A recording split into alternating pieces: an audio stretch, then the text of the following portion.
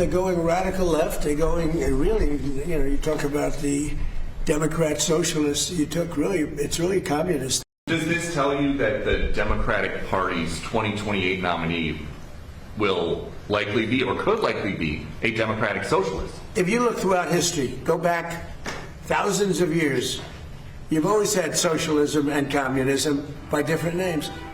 It's never ever worked. It's not going to work this time. The president issuing a warning. It might be a socialist sweep in New York City, but the far left is coming to Washington and possibly a city near you. Welcome to the Big Money Show. I'm Taylor Riggs, along with my co-host, Dagan McDowell, Brian Brenberg, Jackie DeAngelis, and with us for the entire hour, Slate Stone Wealth Chief Market Strategist, Kenny Polcari. Great to have you. Always a pleasure to be here. So they are young, loud, and radical. The Democratic Socialists of America are flying high after taking it to the Democrat establishment in New York City.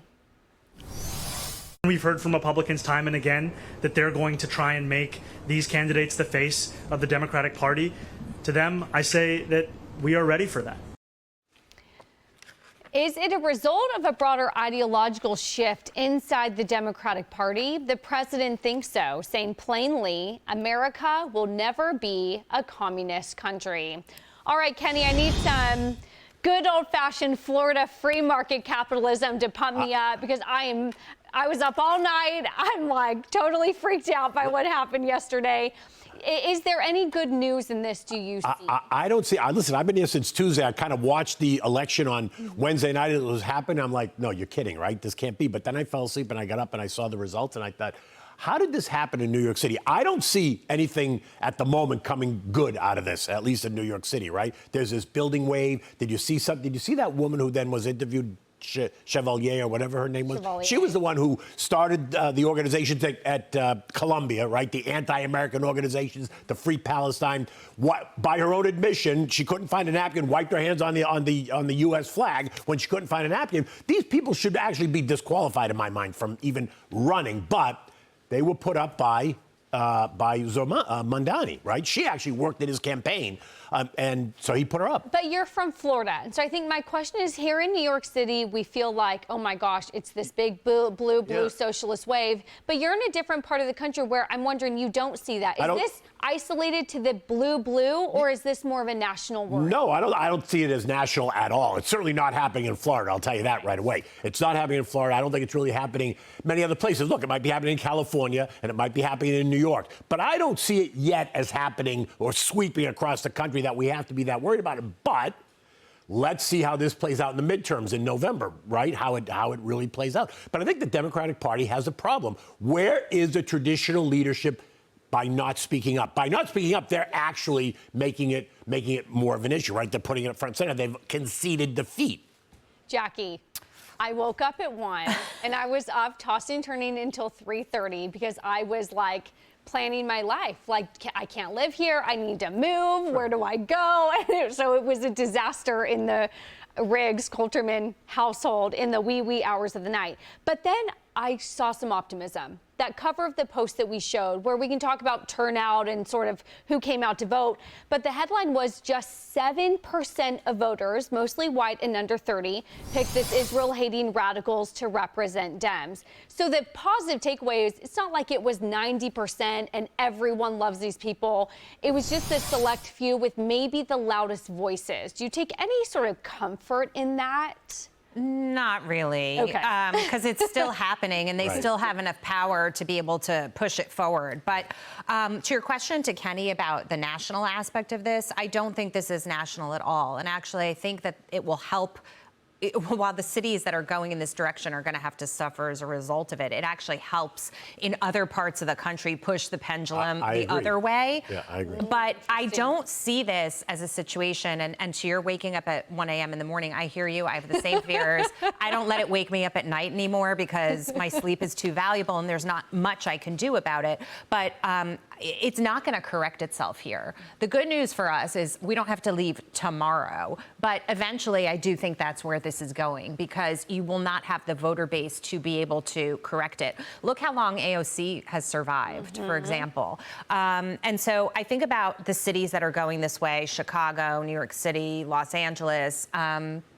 This is just how it's going to be. And when it doesn't self-correct and the socialist state is implemented, or city is implemented fully to the Mamdani kind of vision, it's really just not going to be a great place to live. You drive everybody out. Nobody is going to want to come back. No politician that's going to be elected is going to be sensible enough to say, let's get the businesses back. Let's bring people back. We need money. We need funds. We need to cut taxes, not raise them to get the city booming again. And then you just kind of are going to have these dead zones in the country. But then there's a flip side of that. And we're already seeing it in Florida and in Texas and in Tennessee, that other parts of the country are going to rise up and be more prominent than they ever were. And so all this is, to me, when I start to panic, is I think about it as like, things are shifting, things are changing, life is, and this is what happens over time. And ultimately, these cities will live in peril while everybody else prospers. So let them. But Dagan, to your point, though, that whole 7% thing is concerning in of itself, because where were the other 93% of the people? They saw this happening, these New York City residents. Why don't they come out and vote? That's the problem. Do you want to go or me? No, go.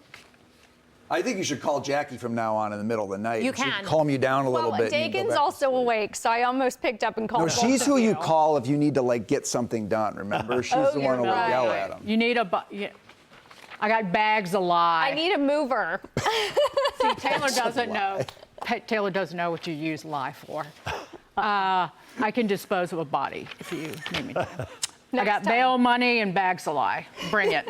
What were you going to ask me? No, go. We didn't get some of your thoughts yesterday, so I want to know how you're thinking about this. And, these debates of should businesses stay and fight because we owe it to the best city in the world, or do they sort of have that fiduciary duty to leave and go and take their employees where they're treated best? And I think a lot of people here are trying to figure out, how does business respond? What is this sort of new relationship with the traditional Wall Street, where originally, and I was talking about this yesterday, we were sort of socially left, but always tolerant and promoting of big business and capitalism. And now all of that seems to have gone. And sort of what does that mean about this politics and politicians' relationship with New York City? This is about much more than New York City. This is a problem for the nation. One, the Democrat Socialists, the DSA, the reason that they won is because of their get out the vote effort. And they were able to mobilize and energize young voters, even running people who who called Joe Biden a rapist and a war criminal. That was Daria Eliza Chevalier. She also favors seizing private property. The reason that all of this is a problem for the nation is because, and I will point the finger at President Trump and what the Trump administration has done, some of the things. We talk about free market capitalism in the private sector. Some of the things that this administration has done have laid the foundation for even a mainstream Democrat to come in and go much further left.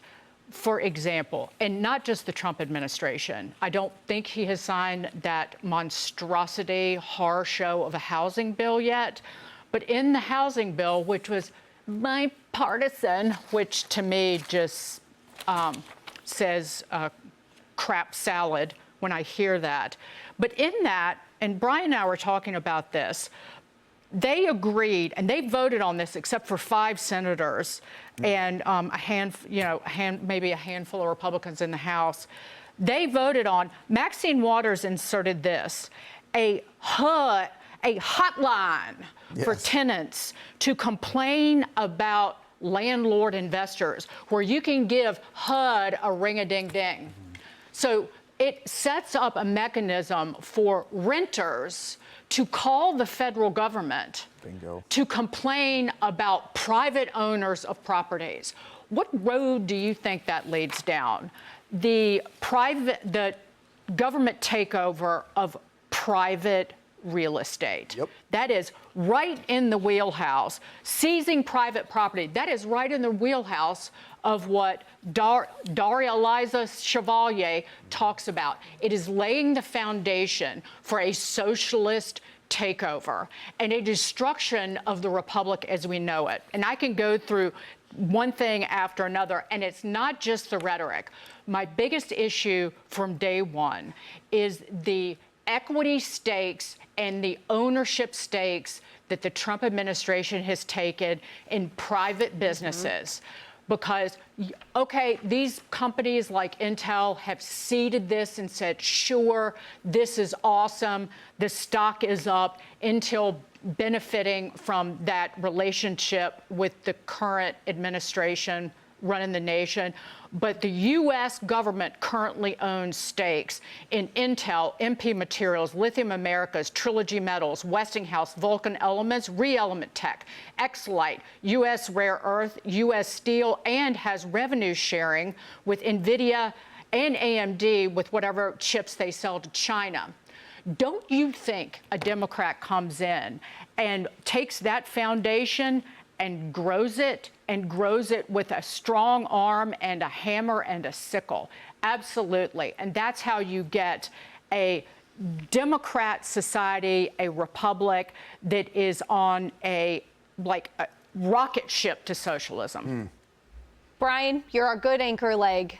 You know, my son, at the end of the school year this year, got voted most likely to become president in his class, which he was very proud of. He liked that superlative. And I asked him, but do you think any of your classmates would actually vote for you? Because, you know, he probably leans a little more in the conservative direction. And he said, I don't think any of them would vote for me. Aww. They said he'd become president. But I thought, you know, this whole deal, these anti-Semites, you know, the one you were talking about, Colombia, all the people with the strongest, grossest anti-Semitic views, the wackiest socialist communist views, the one thing they all have in common is they're the most highly educated kids in our society.